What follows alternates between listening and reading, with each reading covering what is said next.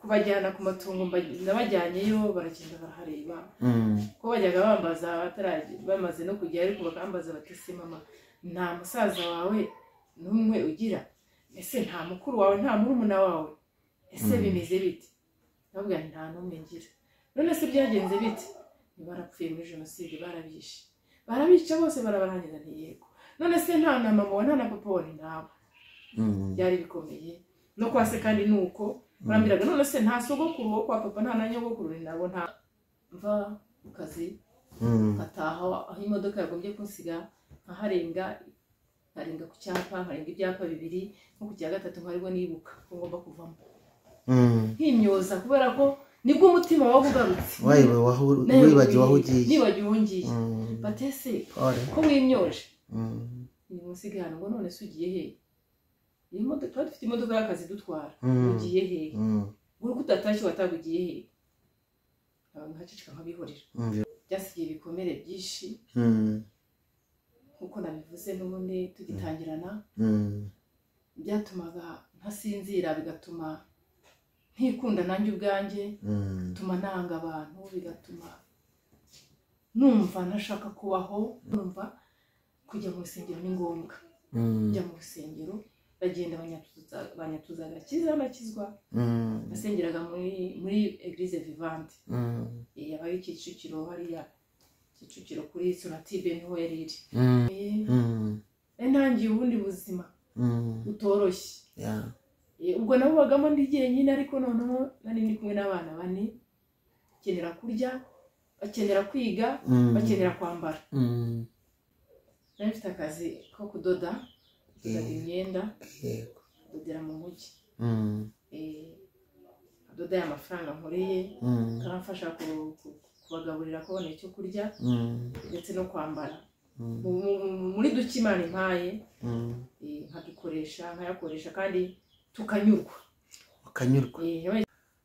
Yesu ashimwe cyane. Reka dusuhuze mwebwe mwese mukurikira Mos TV uko bukene uko bwije, tubabwire ngo nukuri natwe turabakunda kandi tubabwire ngo umwami Imana abane namwe.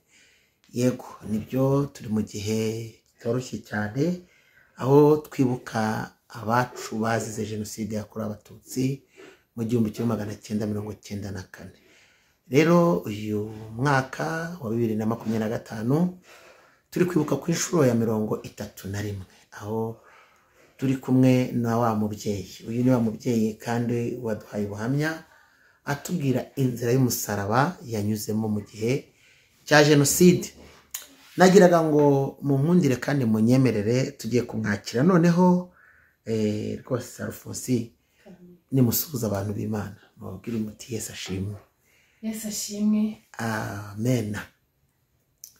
Yego nagiraga ngo rero mbere yuko tuza kubakira ngo mutuganirize kuko ni byiza yuko tubwira abantu imirimo Imana yakoze. Byanga bikunda hari urundi rugendo ire yari inzira y'umusaraba ariko n'ubundi nyuma ya jenoside ubuzima bwarakomeje. Tuje kubwira abantu ngo nubwo ibikomere yabihari ariko n'ubuzima bwarakunze. Muri ibyo bikomere habayeho gutwaza gitore no guhangana n'ibibazo bikomeye, ingaruka za jenoside, ubuzima bw'ibikomere by'inyuma ndetse n'imbere n'ibindi bitandukanye, ariko habayeho guhangana nabyo mpaka uyu munsi wa none turakubona uri umubyeyi ushima Imana. Biragaragara ko Imana yagiye ikora imirimo n'ibitangaza ku bwawe. Nagira ngo unkundire rero usenga Imana, numara gusenga hanyuma dutangire tuganirira.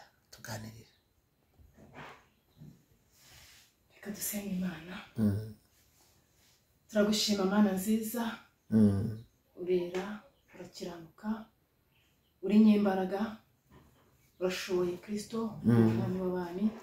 Izina rya ntabwo icyubahiro. Yego. Bana natwe rero turagire turinde we mu ruhande rwacu kakanya ngiye kumarana n'abavandimwe n'inshuti n'abatwumva. Uwiteka uzewe mu ruhande rwacu. Urakoze turagushimiye rero kuko wumvise gusenga mu izina rya Yesu Kristo. amen. Yego Alphonse, tunejejwe no kongera kubakira kandi no kuri Imana ibamugisha. Yagira ngo rero munkundire uze kubwira abantu urugendo rwose uko warugenze. Birumvikana biratandukanye, ntabwo ubuzima hose hari aho byari bitoroshye, ariko uraza kutubwira, utubwire ngenda kuzi nzi kusenga ukijijwe, uza no kutubwira Yesu Kristo ko wamwakiriye, unatubwire kandi umumaro gukizwa byakugiriye muri urwo rugendo rw'ibikomere ndetse no gukira ibikomere. Ko byagenda kose hari ikimenyetso cy'ibyiza, turabibona yuko hari impinduka zigenda ziza none harutejo. Yego karibu.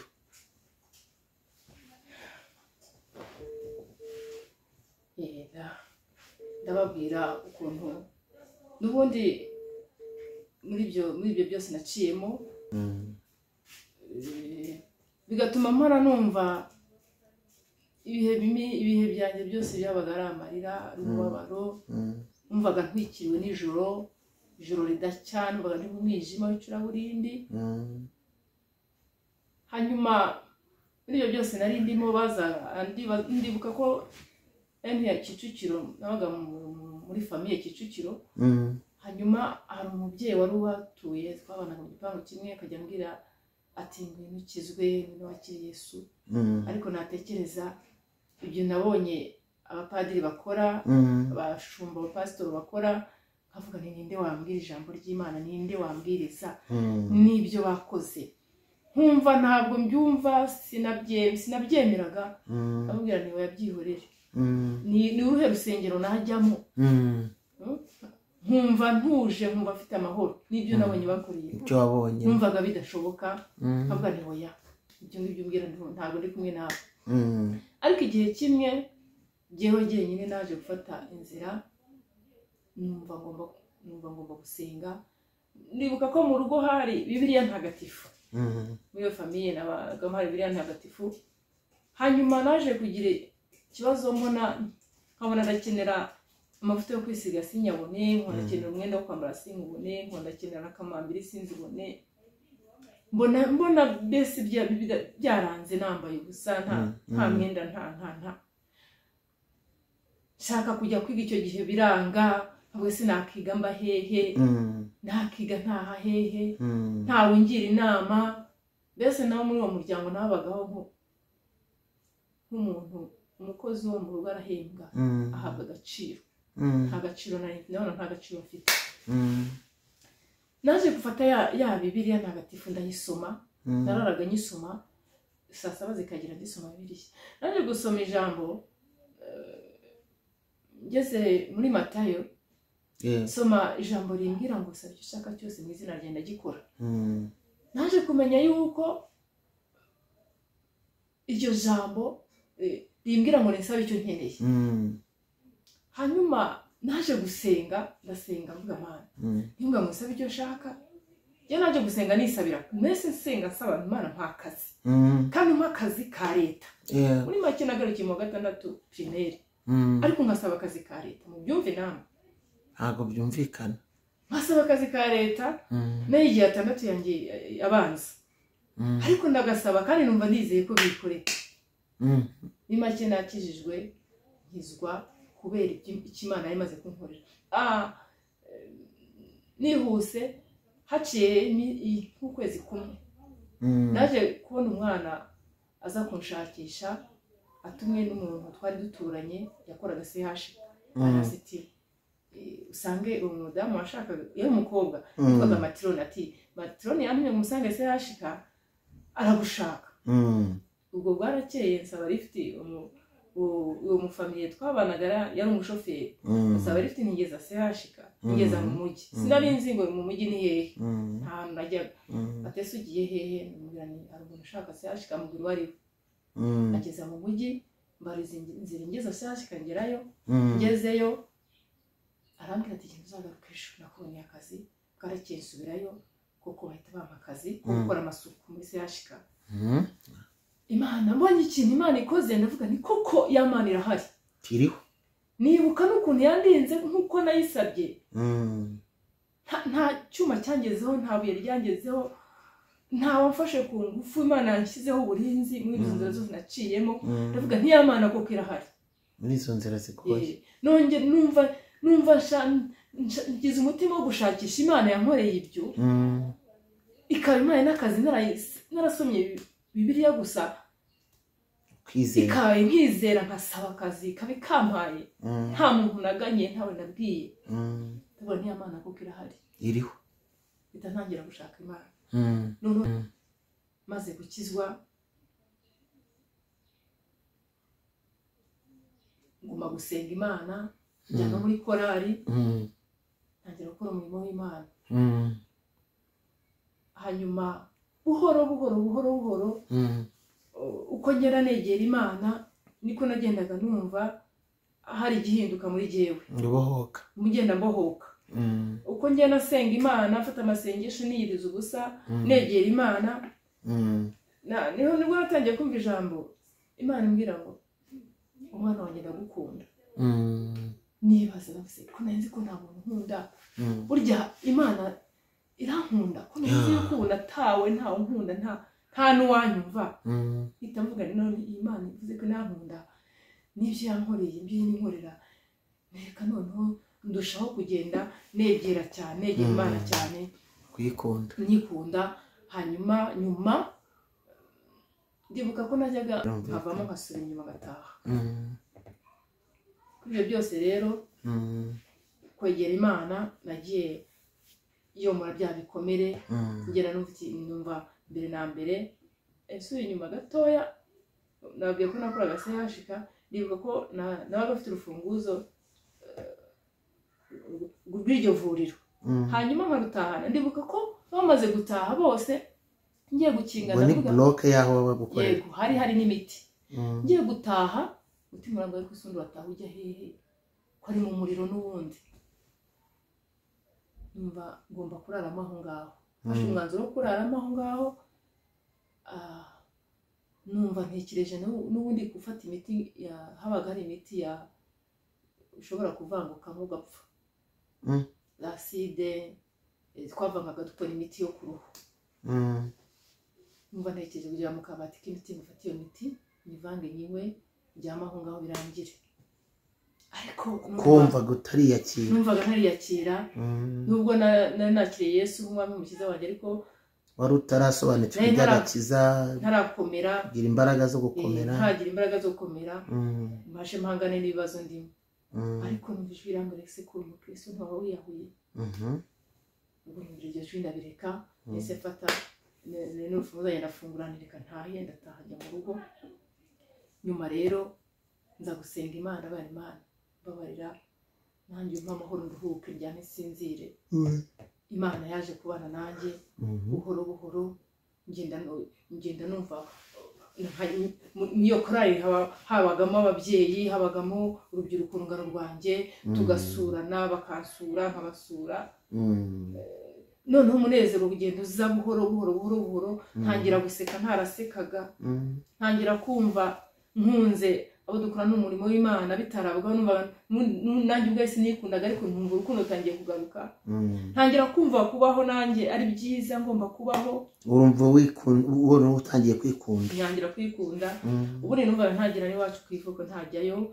Ubwo ni wafashe urugendo rwa mbere, hashize imyaka 3 njyayo. Ngezeyo ndereba uko hameze, ntagije ndataha.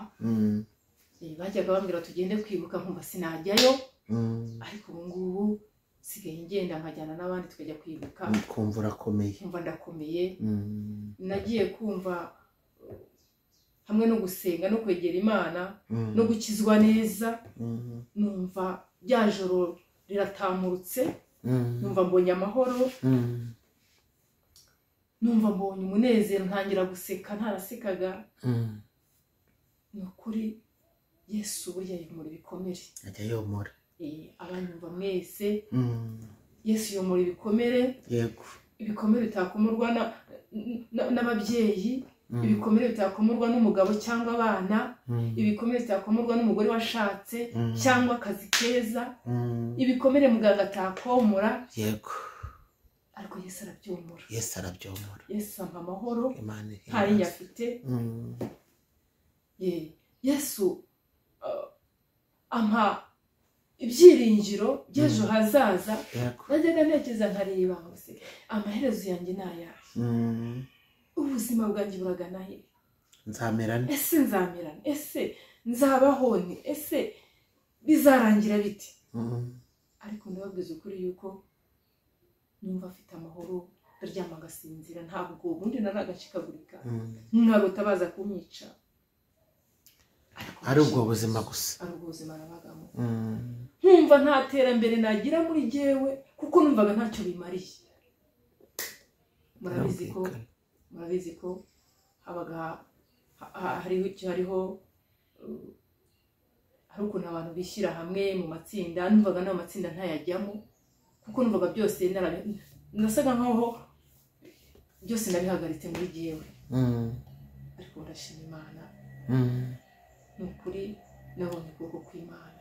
Yego, nabonye Yesu agirira neza imfubyi, akarinda umuntu atari uko akiranutse kuko umugambi Imana ibimufiteho. Amen. Imana ishimwe. Amen. None se Alphonse, muri ubwo buzima birumvikana ntabwo bwari bworoshye,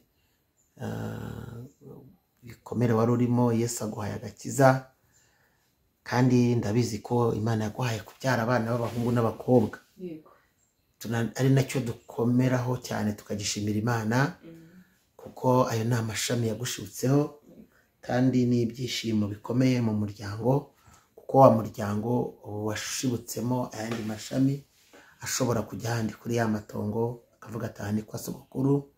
Nubwo ntabo babona ariko barahabona. Washatse umugabo ryari, abyaranye abana bangahe, ngayo nguko. Ubu si ubasha kwibeshaho, utuye hehe, nuko uratuye se cyangwa uracyakodesha, kugira ngo abantu bamenye ko nyuma y'urwo rugendo n'iyo nzira y'umusaraba hari aho Imana ikugejeje, hari ibyo Imana yakoze. Ni byiza cyane ko ubiganiriza n'abantu badukurikiye. Karibu. Nakoze cyane. Muri urwo rugendo rwose umwaka wa 2021 nari ngize imyaka 26. Wa 2 cyangwa na 1? 2021. 2001. Nakoze cyane 2001. Nari ngize imyaka 26. Yego, nibwo nashatse umugabo. Yego, shaka umugabo, tubyarana abana 4. Abana 4, abahungu 2 n'abakobwa 2. Ndashima Imana yampaye urubyaro. Imana yarakoze. Maze kubona abana numvise mbonye umuryango. Wese ubona bari umunana basaza. Yego, muri Kristo Yesu birakunda, turiyakira. Amen. Numva mbonye umuryango, nanjye ndavuga nti Imana ushimwe mbonye amaboko. Hanyuma abana byari bikomeye kugira ngo usobanure abana urwo rugendo rwose bakiri batoya. Ariko ubu baragenda bamaze gukura, bagenda babimenya. Hanyuma maze umugabo tumaze kubyarana abana 4, naje kugira ingorane n'ubundi. Umugabo yitaba Imana. Sijya abana 4. Nari mu nzu y'ubukode nkodesha. Nongera kumva nsubiye hahandi, ndavuga nti Imana, none ibi ni ibiki bimbayeho. Numva nanone bibaye bibi cyane kuri jyewe. Yego, ariko nza kwibuka n'ubundi Imana yabanye nanjye. Ibyo yagiye ikora nawe yagiye inkura, yakoze bya bindi bya mbere.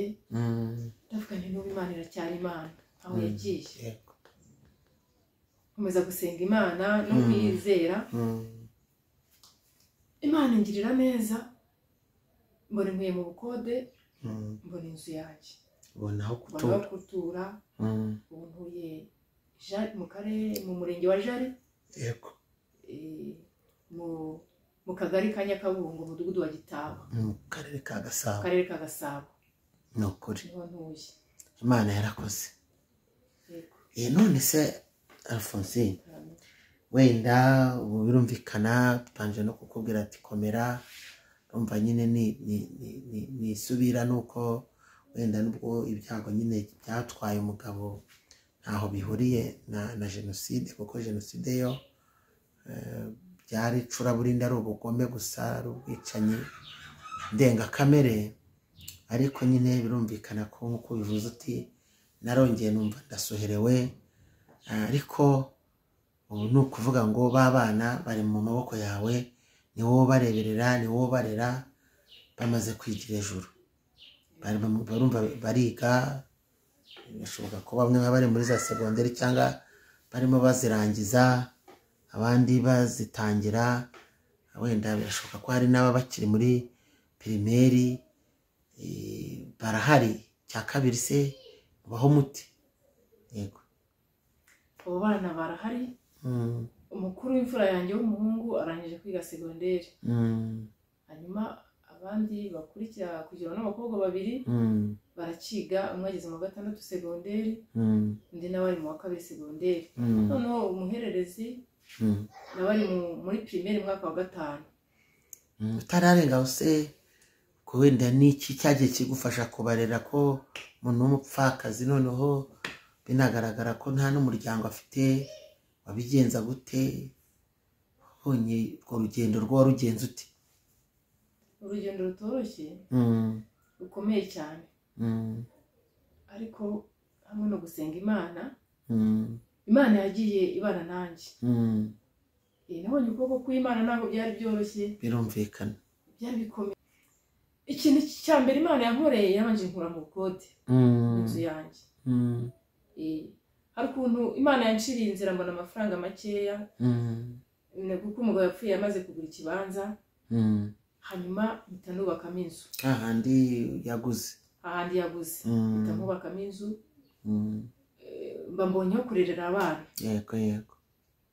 Icyo kintu kuva mu bukode nkabona aho kurerera abana ntawe nkumangira ngo nyishyura w'ibukode, numvise mvuga ngo byose birashoboka. Cyaragufashije? Senge icyizere ko byose bishoboka, ko abana no kwiga baziga. Yego. no kubaho bazabaho. Nkomeza gusenga Imana, bagenzi buriya Imana ishyigikira umuntu. Imana iranshyigikira mu kubura minerivare y'abana. Ntabwo navuzaga induru, naratuzaga ngasenga Imana, nkabona Imana ikoresheje umuntu yishyura umwana arize. Bampamagara ku ishuri ngo tugiye kumwirukana, njye nabonye Imana yishyura umwana wa segonderi yigabayo. Nari nzi ko bidashoboka, nari nzi ko ntabishobora, ariko nabonye Imana imwishyurira.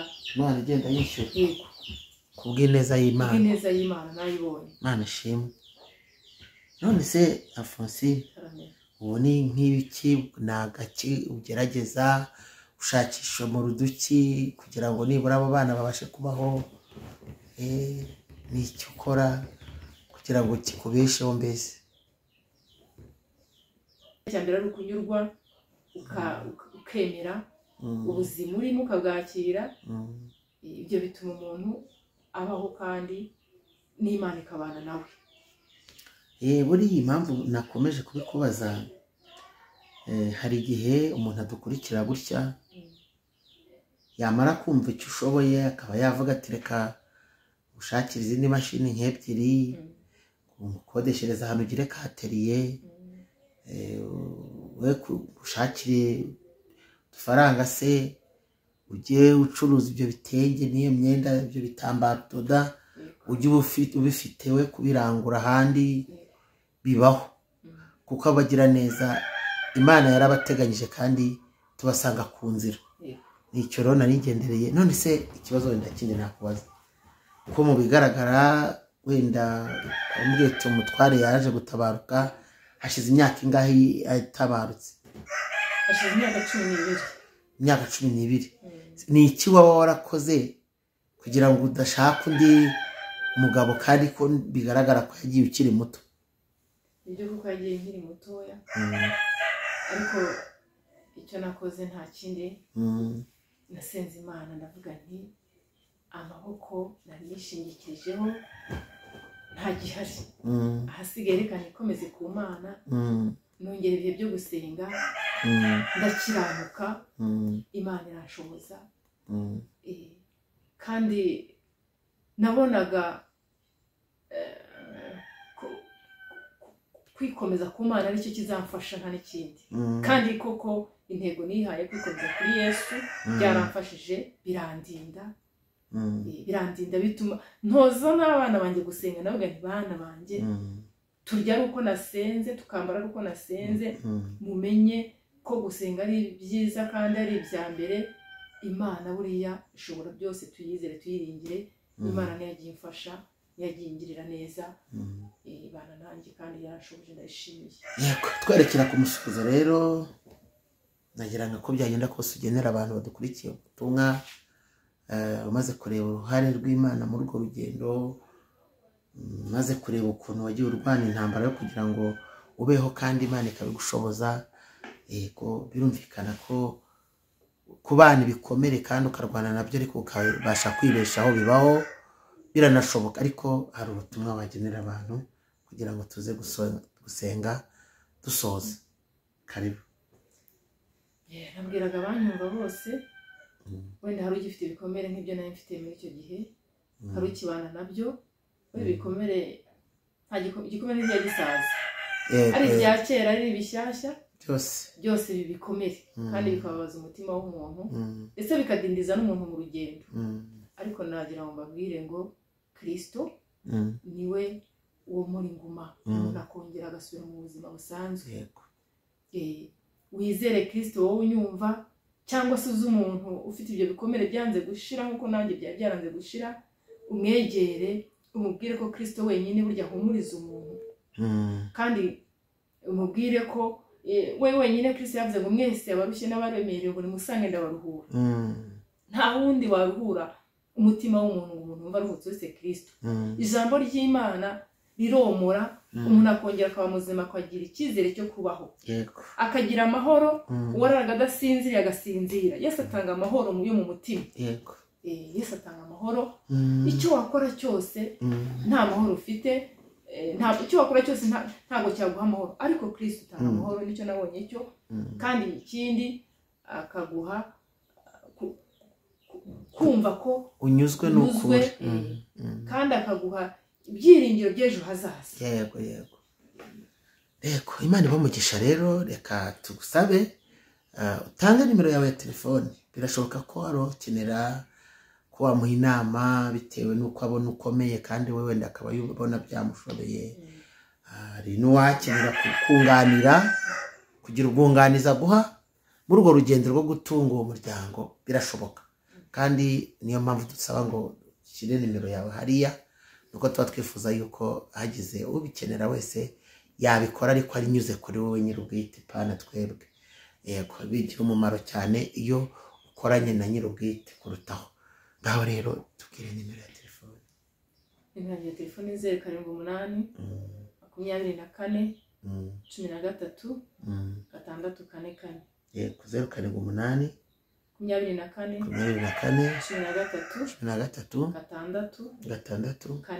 24 kane ubwo utari mu Rwanda wenda udukurikiye washyiraho akamenyetso ko guteranya 25 indi mibare niyo ngiyo kandi yitwa Alphonsine irindi zina naryo Mukamanzi Alphonsine Imana ibaho umugisha reka dusoze dusenga hanyuma kandi mwakoze kugaruka kongera kuduha ikiganiro reka mvuge ngo kandi twese dukomeze kwibuka twiyubaka Mana yacu nziza turagushimiye turaguhimbaje warakoze kurinda Alphonsine warakoze kumuha urubyaro warakoze kumuhoza amarira warakoze kumwegera mu rugendo rutoroshye rw'ibikomere warakoze kumurinda ukamuhisha abagome bari bafite nta mpongano n'amacumu n'ibyuma n'imihoro warakoze kumurinda mu buryo bwose warakoze kumurindira mu urwo rugo warakoze uhimbazwe n'uyu munsi wa none dukomeje gusenga dusabiye umuryango, dusabiye n'abandi bahuje ubuhamya, bahuje urugendo n'umubabaro. Turabasabiye ngo biteho bose muri iki gihe nk'icyo, babere umuhoza n'umutabazi, baye gususurukirwa kandi babohore, kuko uri Imana ibohora. Urakoze kumva gusenga kandi kubonye natwe, ubuntu bwawe bwinshi buganze imitima yacu, icyubahiro kibi cyawe, ni mu izina rya Yesu, amen, amen.